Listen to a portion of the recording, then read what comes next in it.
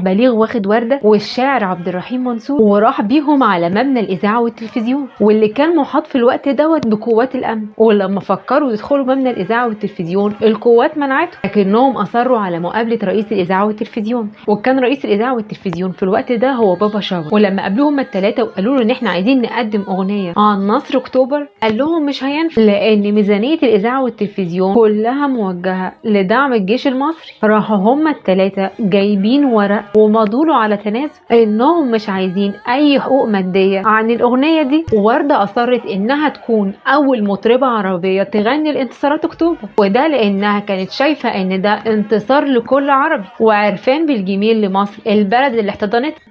وهي الأغنية اللي هتسمعها دلوقتي. أيوة بلادي الثورة، بلادي الحرة، بلادي